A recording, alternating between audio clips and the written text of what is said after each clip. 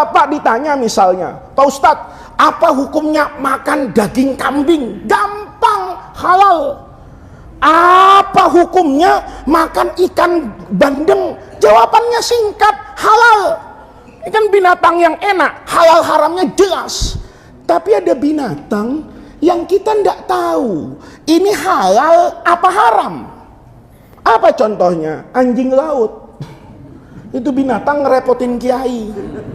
Dibilang anjing di laut, dibilang ikan, mukanya anjing. Ayo cari di Quran hadis, ada nggak hukumnya anjing laut? Nggak ada, Pak. Hukumnya anjing haram. Kenapa haram? Karena dia punya taring, Pak. Kulazina bin ini yang punya taring menggigit dan melukai itu hukumnya apa ini? Haram untuk dimakan.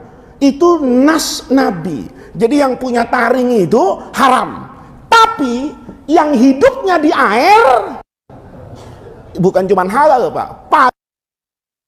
Bapak lihat sapi halal, syaratnya diapain? Sembelih.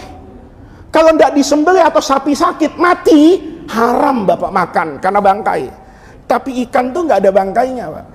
Binatang air itu, binatang laut, kata Rasulullah, itu al-hilu maitatuhu at-tahuru ma'uhu, airnya paling suci. Bapak kalau ngaji fikih Syafi'i, itu air kalau nggak sampai 2 kulah, hati-hati kalau kecampuran. Nih, Bapak nih, ada kolam misalnya, ya. Kolam nih, kayak udah kolam jelas, airnya banyak. Bapak lempar anjing 2. Jadi apa? Jadi apa? Ya air anjing lah. Nggak bisa Bapak pakai untuk mandi, nggak bisa Bapak pakai untuk wudu. Tapi kalau Bapak ke Ancol, Bapak buang bangkai anjing 1 kapal, 100 kontainer, air laut tetap suci. Itu istimewanya. At-tahuru ma'uhu. Bukan cuma itu. Al-hilu maitatuhu. Bangkai di laut itu halal. Kecuali bangkai kapal, ada yang punya. Jangan nanti orang sini terus nyelam di Tanjung Priok, ada kapal tenggelam, nemu emas 3 ember. Terus ingat pengajian ini, kata Pak Ustadz, semua bangkai di laut hukumnya halal. Nah, itu separuh pinter ada begonya, Pak, gitu. Maksudnya yang halal itu adalah bangkai binatang laut. Lah berarti kan di laut ini suci banget. Jangankan yang hidup, bahkan bangkainya saja halal, Pak. Nah, anjing laut itu kan nyusahin, Pak.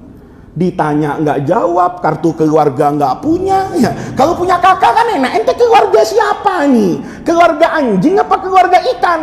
Ada yang ngomong anak keluarga anjing haram. Terus kakaknya jelas ini keluarga ikan. Maka hukumnya jadi halal. Karena Allah kan nggak pernah, Pak, mengharamkan sesuatu karena bentuk, mengharamkan sesuatu karena warna, mengharamkan sesuatu karena rasa. Apa khamr itu haram karena bentuknya benda cair? Enggak. Apa karena baunya? Apa karena rasanya? Enggak. Oleh karena itu, kalau Anda mau berfatwa tentang anjing laut, itu enggak mudah. Anda harus tahu dulu, anjing laut ini anjing apa ikan? Nah, kan sama, Pak. Kepiting itu, kan dulu ada orang mengharamkan kepiting, ada orang menghalalkan kepiting. Kenapa? Ya karena pengetahuan mereka berbeda-beda.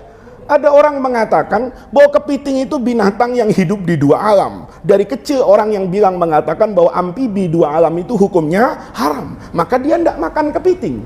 Ada ustadz doyan kepiting, Mbak. Tiap pengajian nanya, mana kepiting, mana kepiting. Karena menurut ustadz ini, kepiting itu tetap binatang air. Karena dia tidak mungkin hidup tanpa air. Coba taruh di darat, ya, 6 jam. Lemes itu kepiting. Dia tetap harus disiram dengan air dan dia tidak mungkin hidup kecuali menggunakan air. Maka dia mengatakan ini binatang air, cuman punya kekuatan untuk hidup di luar air dalam rentang yang berbeda dengan ikan, tetapi dia tetap binatang air. Selesai, makan dia. Lah Bapak enggak usah ribut. Kalau ngelihat ada orang makan kepiting, oh ini mazhab yang halal. Kalau Bapak ngelihat orang yang tidak mau makan kepiting, ini mazhab yang haram. Tidak boleh berantem. Tapi Bapak lihat ustadz makan babi, ya, nah, mulutnya masukin sambal 1 kontainer, Pak. Kenapa? Karena tidak ada orang yang mengharamkan babi. Begitu cara orang memahami agama.